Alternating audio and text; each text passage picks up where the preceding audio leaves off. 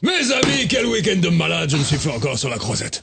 Vous le savez, je suis de près ce qu'il se passe au Festival de Cannes, et en échange d'un séjour VIP, j'avais promis à mon nouveau pote, Ernest Antoine, de le débarrasser des intermittents. J'avais confié les bolcheviks du spectacle à mon cousin, Gunther le barbare, quand ce dernier a dû quitter le pays précipitamment. Vous ne le savez peut-être pas, mais Gunther n'est pas qu'un être assoiffé de tortures et de cris horribles, c'est aussi un grand humaniste. Comme l'été, la canicule approche à grands pas, il a profité de sa présence cannoise pour choper des vieux en balade et pour leur rendre service. Il a une idée géniale, fabriquer un système de ventilation humidifiante grâce à un mini-ventilateur associé à un brumisateur qui se déclencherait automatiquement au-dessus de 30 degrés. Il a installé quelques prototypes discrètement et directement dans les vieux. La démarche est assez simple, Christophe.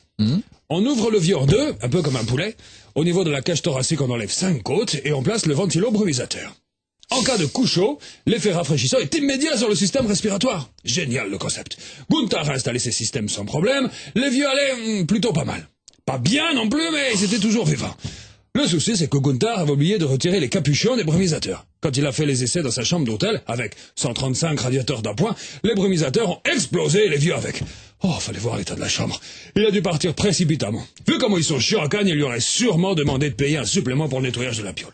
Alors du coup, les intermittents sont sortis de la salle de bain, Gunther les a fermés. Enfin, pas tous. Sur les 1200, je crois bien qu'il y en a une petite centaine morts étouffés. Et puis, les survivants sont allés mettre la pagaille dans les rues de la ville, près du palais des festivals.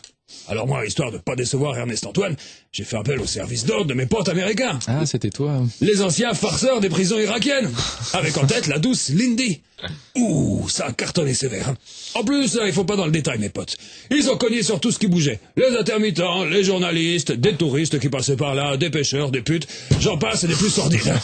En plus, c'est leur spécialité. Ils ont fait des prisonniers. Alors où je vous parle, ça sent l'humiliation à plein nez dans les tôles du bord de mer. En tout cas, Ernest Antoine, il est ravi de mon initiative.